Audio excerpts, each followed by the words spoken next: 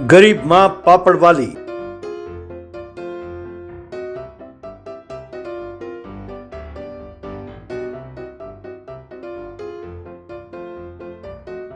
मिर्जापुर नाम के गांव में जीवन और रुक्मिणी नाम का एक गरीब दंपति रहता था। जीवन काम तो करता था पर वो पैसे शराब में उड़ा देता था और घर में कोई पैसा देता नहीं था। ऐसे में एक दिन जीवन शराब पीकर घर आया और ए रुको, देखो तो सही कि कौन आया है। तुम्हारा पति, इस घर का राजा। आज तुमने खास क्या बनाया है? चिकन, मटन या फिर फिश? बताओ तो सही। अरे जी बहुत ललचा रहा है, कुछ गर्मा गर्म और मसालेदार खिलाओ। लाती हूँ, एकदम गर्मा गर्म कोयले को लाकर तुम्हारे गले के अंदर ठूस देती हूँ। लानत है, कितने बार समझाया फिर भी समझ में नहीं आती। जो भी तुम ढाबे में कमाते हो सब कुछ यूँ शराब में उड़ा देते हो। घर में बच्चे हैं, उनके पढ़ाई का कुछ सोचा है? घर कैसे चलेगा ये कभी सोचा है? कि देशमुख नाम का साहूकार उनके घर आया। देखो बहन, तुम्हारे पति ने जो उधार किया था उसके बदले में उसने अपना ढाबा मुझे दे दिया है। वैसे कायदे से देखा जाए तो ये घर भी मुझे दे देना चाहिए, फिर भी भरपाई पूरी नहीं होगी। अरे कमीने, तूने ढाबा बेच डाला, अब बच्चों का और मेरा क्या होगा? वैसे आपने इस कमीने को पैसे दिए क्यों? आप तो जानते ही है ना कि ये शराबी है। देखो बहन, मैं तो ठहरा साहूकार, उसने मुझे कागज पत्र दिए, मैंने उसे पैसे दिए। अब जो कुछ हो वो आपस में तय कर लीजिए। कहकर वहां से चला गया। तब रुक्मिणी को बहुत गुस्सा आया। उसने जीवन को 2-4 थप्पड़ मारे और उसे घर से निकाल दिया। बाद में वो गांव के सरपंच के पास गई और सब कुछ बताया। देखो रुक्मिणी, जो होना था सो हो गया। अब ना ही तुम्हारे पति को ना ही देशमुख को कुछ कहने का कोई फायदा है। हाँ, देशमुख को कुछ दिनों तक तुम्हारे घर आने से मैं रोक सकता हूँ। तुम कोई काम करो और उसका उधार धीरे धीरे चुका दो। सरपंच जी, मेरा ढाबा किसी और ने ले लिया है, अब मैं क्या करूं, मेरे समझ में नहीं आता। कहकर वहां से चली गई। उस रात को रुक्मिणी अपने घर में दुखी होकर बैठी थी कि तभी उसकी बेटी दीक्षा उसके पास आई। क्यों रो रही हो माँ? पिताजी चले गए इसलिए? तब रुक्मिणी ने अपनी बेटी को अपने पिताजी के सारे करतूत बताए। माँ, तुम जानती हो कि तुम पापड़ बहुत अच्छी बनाती हो। मेरे स्कूल में मेरी सारी सहेलियाँ मेरी टिफिन बॉक्स से चोरी, पता है उन्हें इतना पसंद है। अगर वही पापड़ तुम बनाकर बेचो तो लोग खूब खरीदेंगे। पता नहीं बेटा, पर कहते हैं कि बच्चों के मुंह से भगवान बोलता है। मैं कल ही शुरू करती हूँ पापड़ बेलने। अगले ही दिन से रुक्मिणी घर में ही बड़े बड़े पापड़ बेलने लगी। उसके बाद सड़क के किनारे एक जगह चुनकर वहां पर पापड़ तलकर बेचने लगी। पापड़ को देखकर सब बच्चे अपने माँ बाप को लेकर वहां आने लगे। यूं पापड़ का धंधा धीरे धीरे बढ़ने लगा। दीक्षा अपने माँ का हाथ बटाने लगी। इस तरह धीरे धीरे उनका धंधा खूब चलने लगा।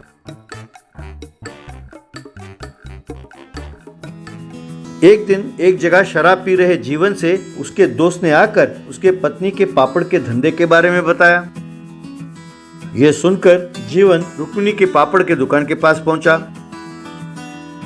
अरे वाह, बिना मेरी मदद के माँ बेटी पापड़ बेचकर खूब पैसे कमा रहे हो। तुम मुझे क्यों नहीं बुलाया? इसलिए कि मेरे आते ही शराब की बू आती है?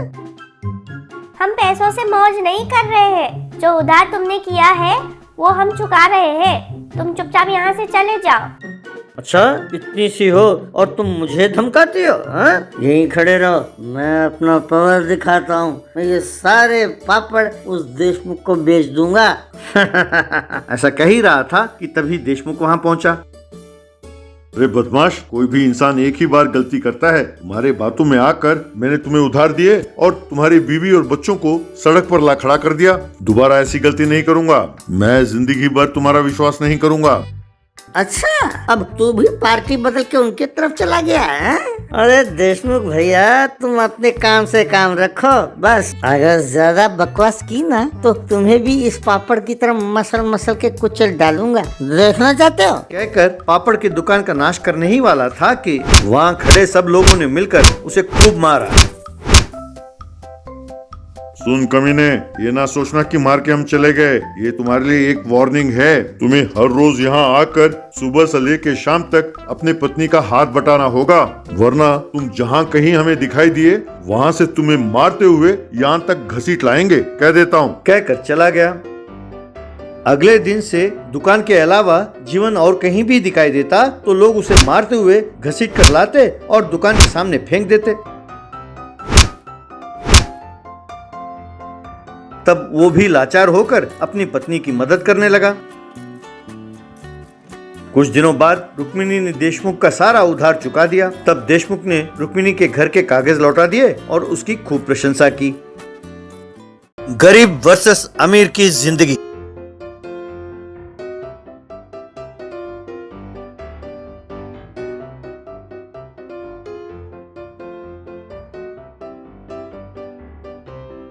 विकासपुर में विक्की और मिनी नाम के भाई बहन रहते थे। बचपन में ही उनके माँ बाप गुजर गए थे, पर कोई भी रिश्तेदार उन्हें लेने नहीं आया। भैया, हमारे माँ बाप तो गुजर गए एक्सीडेंट में। अभी कोई भी रिश्तेदार हमें लेने नहीं आ रहा, तो कल से हमें खाना कौन खिलाएगा भैया? हमारे स्कूल का फीस कौन भरेगा? हमें स्कूल कौन भेजेगा भैया? हमें चिंता करने की कोई जरूरत नहीं है मिन्नी, तुम्हारे लिए मैं हूँ ना। मैं जाकर काम करूँगा, पैसे कमाऊंगा और मैं तुम्हें अच्छी तरह पढ़ाऊंगा। तुम आराम से पढ़ाई करना, ठीक है? पर भैया, तुम काम क्या करोगे? हमें क्या काम करना आता है भैया? अब ये जो घर बनाते हैं ना, मैं वहाँ जाकर पत्थर धोऊंगा, ईंटें उठाऊंगा। वो थोड़ा बहुत पैसे दे ही देंगे ना, उसी में हम आराम से जी लेंगे। तो भैया, मैं भी तुम्हारे साथ आकर ईंटें उठाऊंगी, क्यों? ठीक है ना? अब तुम पढ़ाई करोगे तो ही मैं पढ़ाई करूंगी, तुम काम करोगे तो मैं भी काम करूंगी। तुम जहाँ रहोगे मैं भी तुम्हारे साथ रहूंगी भैया, मैं अकेले नहीं रहूंगी भैया। विक्की मिन्नी को लेकर एक कॉन्ट्रैक्टर के पास गया। कॉन्ट्रैक्टर से विक्की, साहब, हम दोनों अनाथ हैं, हमारा कोई नहीं है, हमें कोई काम दीजिए साहब। हम दोनों थोड़े पैसे कमाकर जी लेंगे। हमें खाना खाए हुए 2 दिन हो गए साहब। हम यहाँ कोई यतीम खाना चला रहे हैं क्या? चलो निकलो निकलो यहाँ से और कहीं जाकर मांग लो। साहब, हमें कोई काम दे दीजिए, हम पत्थर उठाने के लिए तैयार हैं, ईंटें उठाएंगे साहब, प्लीज साहब, प्लीज। उसके पांव पड़ते हुए, एक बार कहा तो समझ में नहीं आता क्या? लगता है बातों से नहीं मानोगे, 2 लातें पड़ेंगी तो ही ठीक होगा। कहकर डंडा उठाकर उनके पीछे भागा तो दोनों बच्चे वहाँ से भागने लगे। तभी एक कार सामने से आई और इनसे टकराई। उस कार को चला रहे इंजीनियर ने सडन ब्रेक लगाया और, क्यों बच्चों, यूं कार के सामने क्यों भाग रहे हो? ये तो अच्छा हुआ कि मैंने सडन ब्रेक डाल दिया, वरना तुम दोनों की जानें चली जाती। सॉरी साहब, सॉरी। हम काम मांगने के लिए आए थे, पर कॉन्ट्रैक्टर साहब ने हमें काम नहीं दिया और मारकर भगाने लगे, इसलिए हम दौड़ रहे थे साहब। आप इसलिए आपकी गाड़ी से आकर टकरा गए साहब। वैसे इतनी छोटी सी उम्र में तुम क्या काम करोगे बेटा? तुम्हारे माँ बाप कहाँ हैं? तुम दोनों को काम पर भेजने के लिए उनकी खबर लेनी होगी। हमारे मम्मी डैडी मर गए साहब, हमारा कोई भी नहीं है। हमें तो खाना खाए हुए 2 दिन हो गए हैं, इसलिए हमने सोचा कोई काम करेंगे और पैसे कमा लेंगे। अच्छा, तुम दोनों ने कुछ नहीं खाया? 1 मिनट ठहरो। ए मैस्त्री, दोनों बच्चों के लिए कुछ खाने के लिए ले आओ। आगे बड़े दानी पुरुष हर अरे गहरे को कुछ ना कुछ दान करते रहता है। अब इसके नाम पर मुझे दान करना होगा। यूं बुदबुदाता हुआ आ रहा था। साहब, हमें भीख नहीं चाहिए साहब, हमें काम दीजिए, हम काम करेंगे और पैसे कमाएंगे और उन्हीं पैसों से कुछ खाएंगे साहब। तब इंजीनियर अपने मन में, अरे लगता है ये बच्चे अच्छे घर के हैं, इनमें स्वाभिमान है। और ठीक है मिस्त्री, एक काम करो, इनसे ईंटें उठवाओ, उसके बाद इन्हें पैसे देना। कहकर अंदर चला गया। दूर पड़े पत्थरों को दिखाते हुए, क्यों रे छोटे पैकेट, तुम दोनों ने हमारे इंजीनियर को अपने जाल में फंसा लिया? हाँ ठीक है, ये लो तश्तरी। हाँ, पड़े ईंटों को तश्तरी में उठाकर इस ट्रॉली में डालकर यहाँ तक लाओ और इस घर के पास डाल दो, तभी तुम्हें पैसे मिलेंगे। तो विक्की और मिन्नी उन पत्थरों को उठाने के लिए जाने लगे। विक्की ईंटों को उठाकर ट्रॉली में भरता था और मिन्नी उस ट्रॉली को धकेलती हुई आती थी। यूं शाम तक उन पत्थरों को उठाकर घर के पास डाल दिया।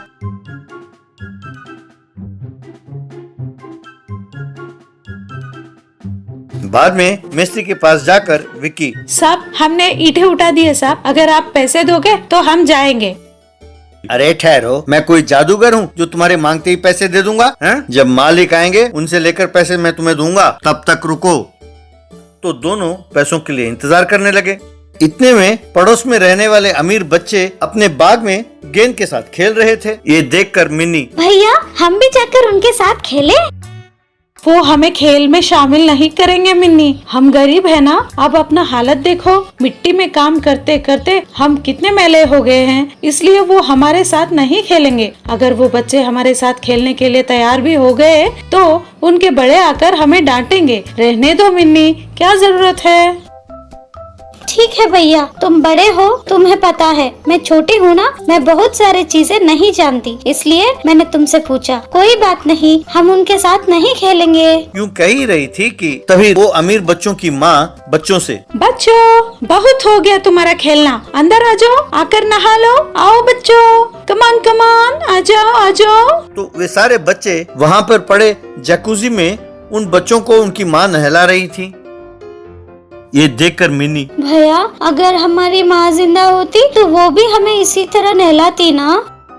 हाँ मिन्नी, तब हम अपनी माँ का कहना नहीं मानते थे, हम बहुत शरारत करते थे, पर अब तंग करने के लिए हमारी मम्मी ही नहीं है। यूं वे दोनों बात कर रहे थे कि उनके पीछे खड़े इंजीनियर ने ये सब सुना और उसकी आंखें भर आईं। वो अपने आंसू पोंछते हुए उन दोनों बच्चों को अपने पास ले लिया और, क्यों बच्चों, काम हो गया? मिस्त्री ने तुम्हें पैसे दिए कि नहीं? नहीं साहब, वो कह रहे थे कि मालिक नहीं आए हैं, मालिक के आने के बाद ही पैसे मिलेंगे। अच्छा ठीक है, ये ले लो पैसे, मैं मालिक से ले लूंगा। अब तुम इन पैसों से क्या करोगे? जाकर कुछ खरीद कर खा लोगे साहब।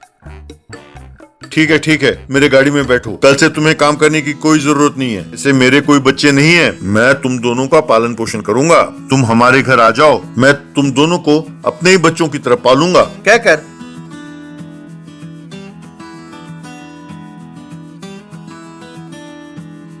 उन दोनों को घर ले गया